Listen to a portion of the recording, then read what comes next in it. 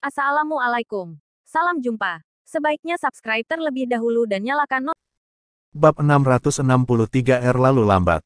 Pada saat ini, para petinggi di 4 provinsi telah membujuk Johnson untuk menjadi wasit kompetisi arena tantangan, tetapi pada kenyataannya, orang-orang tersebut ternyata egois. Bagaimanapun, Johnson dan Hadi sama-sama berasal dari Provinsi Jawa Timur.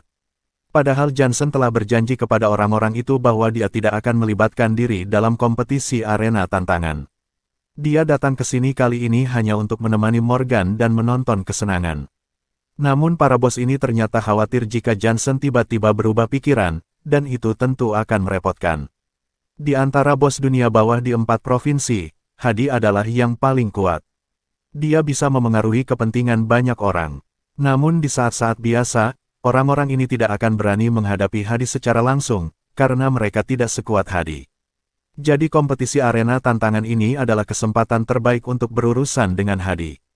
Hari ini, semua kebencian dapat diselesaikan melalui kompetisi seni bela diri. Pemenang dapat mengajukan permintaan kepada yang kalah dan yang kalah tidak dapat menolak atau membalas dendam setelah berakhirnya kompetisi. Hari ini adalah kesempatan terakhir bagi para bos dunia bawah dari provinsi lain untuk membalas dendam pada Hadi. Jika Johnson mengacaukan segalanya, mereka harus menunggu momen seperti ini lagi sampai tahun depan. Akan tetapi jika mereka menunggu 1 tahun lagi, maka mereka pasti akan kehilangan uang. Tentu saja orang-orang besar ini sudah memikirkan hal itu, dan mereka tidak bisa membiarkan Johnson berpartisipasi dalam kompetisi arena tantangan dengan cara apapun. Cara terbaik untuk tidak membiarkan Johnson berpartisipasi dalam kompetisi arena tantangan adalah dengan meminta Johnson menjadi wasit. Johnson sebenarnya juga sudah tahu maksud dari orang-orang tersebut yang memaksanya untuk menjadi wasit. Namun, dia tidak punya pilihan selain setuju dan kemudian berjalan ke arena tantangan. Ketika bos dunia bawah dari 4 provinsi melihat Johnson memasuki arena tantangan, mereka bertepuk tangan dan wajah mereka terlihat sangat bersemangat. Hari ini, saudara-saudara dari 4 provinsi utama berkumpul di sini hanya untuk satu tujuan, yaitu untuk menyelesaikan konflik yang terjadi pada hari kerja melalui kompetisi seni bela diri. Jadi hari ini, apapun yang terjadi, kami akan memutuskan sesuai dengan hasil kompetisi.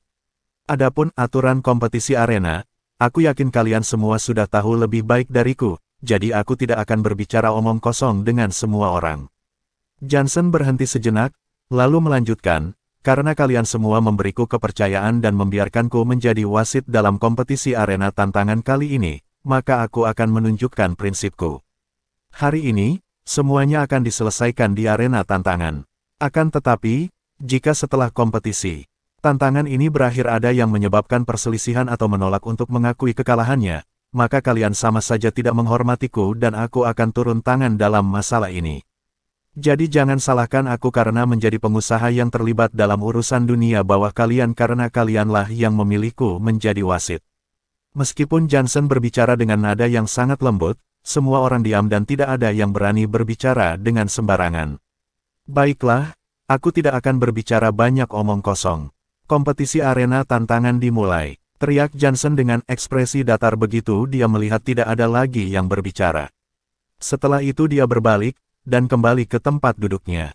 Karena banyak perusahaan yang ada di Provinsi Jawa Barat bekerja sama dengan perusahaan yang ada di Provinsi Jawa Timur, Edward dari Provinsi Jawa Barat biasanya berselisih dengan Hadi dari Provinsi Jawa Timur.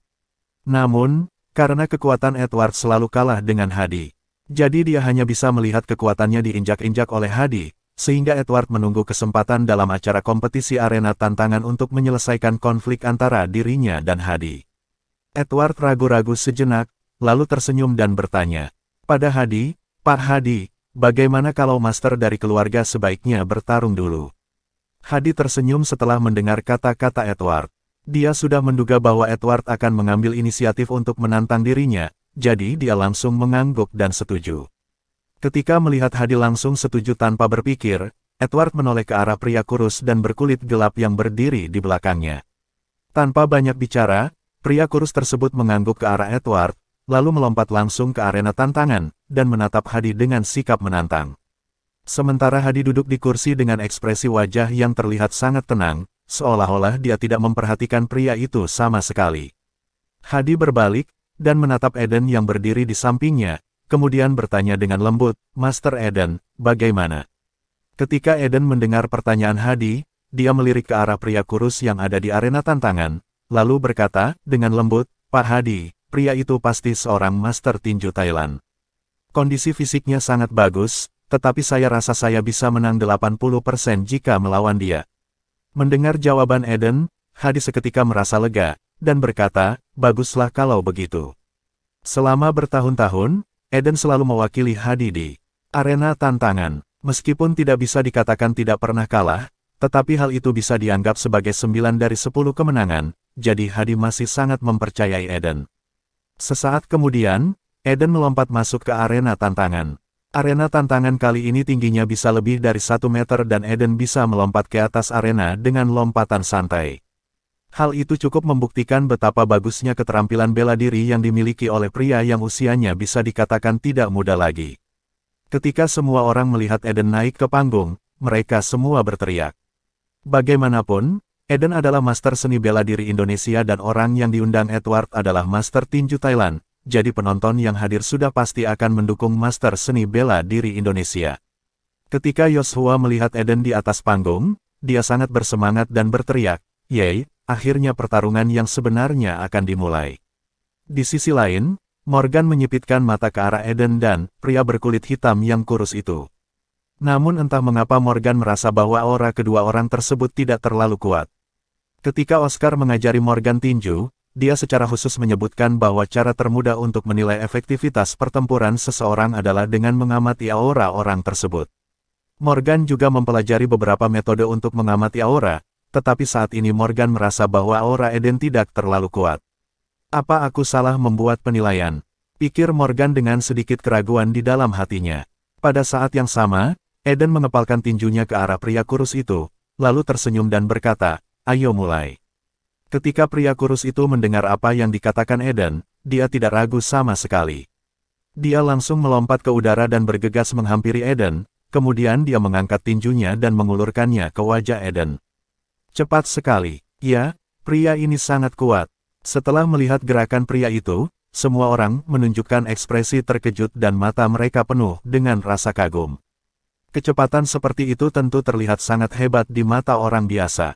Bahkan Matteo yang berada di samping Morgan tampak iri, dan berkata dengan lembut, seperti apa yang diharapkan dari seorang master yang dapat berpartisipasi dalam kompetisi arena tantangan semacam ini.